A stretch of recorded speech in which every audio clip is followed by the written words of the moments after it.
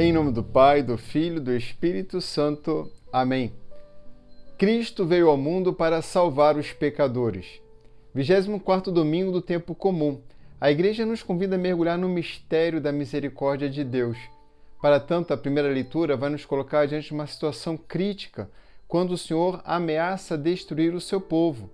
Mas, pela intercessão de Moisés, diante de um pecado muito grave que o povo comete, e a gravidade deste pecado e tudo aquilo que nós ouvimos neste trecho do livro de Êxodos, que se encontra no capítulo 32, nos faz referir como Deus abomina a ideia de poder controlá-lo.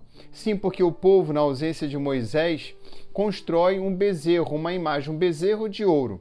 A ideia de que, construindo um bezerro de ouro, e este bezerro de ouro simbolizaria, representaria, ou talvez até seria a personificação do Deus Salvador. Eles acreditavam no Senhor, acreditavam no Deus que os havia salvo do Egito, passando pelo Mar Vermelho. Entretanto, existe um perigo muito grande, e isto aqui nos mostra a leitura de nós coisificarmos a Deus, reduzirmos Ele a um desejo nosso, a uma imagem projetada do nosso interior e, sobretudo, a igualá-lo de alguma forma a uma de suas criaturas.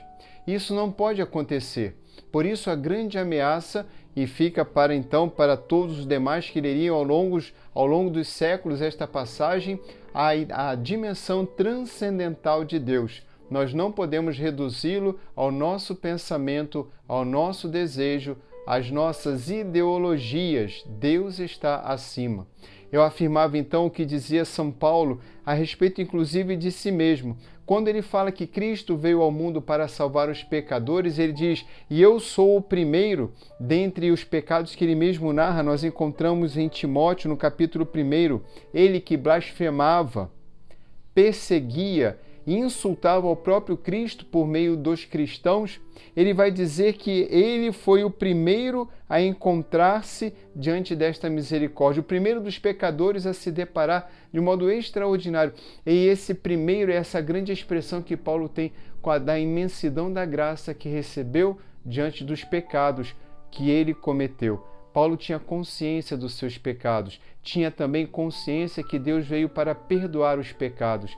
Nós vemos numa situação na qual podemos facilmente ser induzidos a tentar construir um mundo perfeito aqui na Terra, escolhendo uma metodologia, escolhendo um sistema que possa ser visto como o melhor, quando não há. A Igreja não indica nenhum sistema econômico nem político que se deve seguir. Inclusive, ela, apontando algumas características positivas, aponta em todas as suas condições negativas. Dentre elas, nós podemos colocar aquelas que são materialistas, ateias na sua própria natureza, que negam a possibilidade, inclusive, da prática da religião.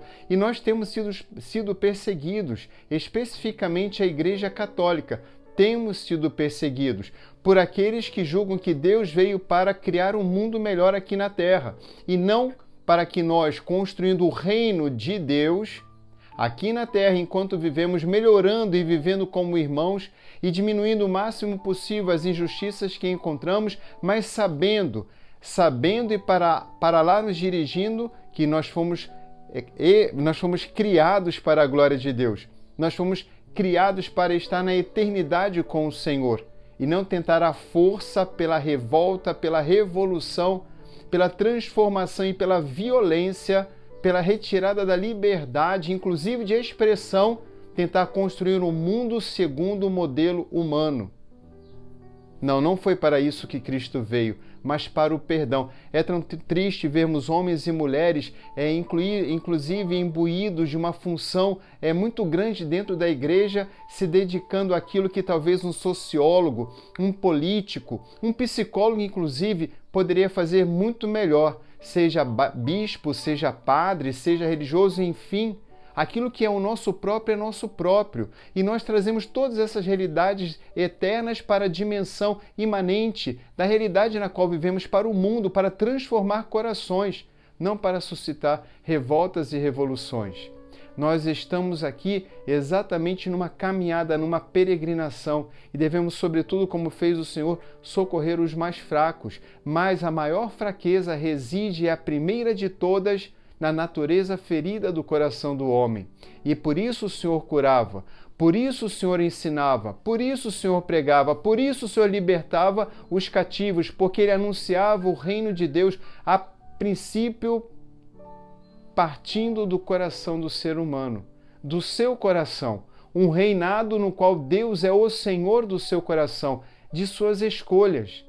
Ele que vai dirigindo a sua vontade porque existimos e vivemos para a glória de Deus, não para o nosso sucesso, não para a nossa glória, mas tudo aquilo que exalte, tudo aquilo que revele ao mundo a presença de um Deus que é amor. O amor que se vê no Evangelho de hoje. Em todos os Evangelhos, mas especificamente neste capítulo de São Lucas, temos de uma forma extraordinária o Senhor se dirigindo a dois grupos de seres humanos, dois grupos de pessoas. Um desses grupos são aqueles constituídos pelos pecadores e publicanos, como encontramos em Lucas 15, que aproxima-se de Jesus para o escutar. E há o outro grupo, daqueles que, escutando Jesus, o criticam, composto este grupo pelos mestres da lei.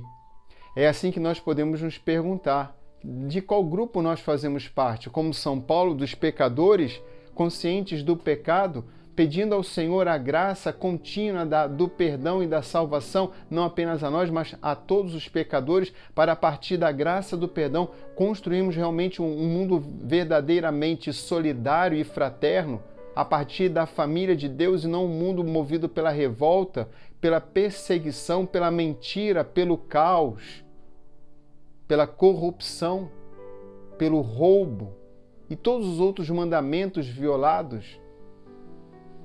Queridos irmãos e irmãs, nós nos encontramos dentro desta condição de sermos pecadores e, mais do que apontar os pecados dos outros, olharmos os nossos pecados e buscarmos o caminho da conversão, porque o nosso Deus é repleto de misericórdia, porque há mais alegria no céu por um pecador que encontra a salvação, que se encontra com Jesus e o aceita em sua vida, do que todos os justos no céu. É assim a parábola da moeda, a parábola antes, inclusive, da ovelha perdida, mas, sobretudo, a parábola do filho pródigo. Esta é a grande alegria. E todas as parábolas sempre terminam com festa, com alegria.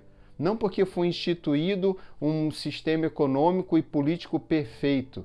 Não porque as pessoas viveram as suas ideologias deformadoras de consciência, inclusive também elas marcadas por um caminho repleto de sombras, voltado para um fim que conduz à morte, seja a morte espiritual, mas também a morte física.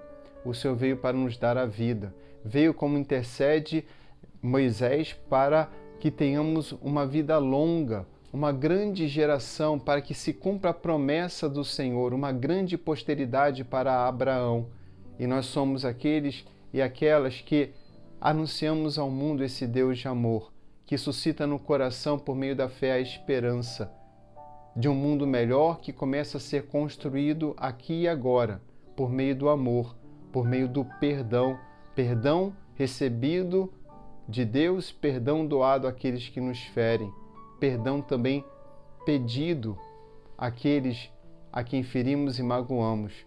É assim que realmente podemos transformar este mundo numa grande festa, na festa daqueles que se amam, que se perdoam, que constroem um mundo melhor, o reino de Deus, por meio da verdade, da busca da verdade, da busca do amor, por meio de uma profunda experiência de fé, num Deus que ama a todos e não discrimina ninguém. O Senhor esteja convosco. Abençoe-vos o Deus Todo-Poderoso, Pai, Filho e Espírito Santo. Amém. Vou agora levantar-me, volto à casa do meu Pai.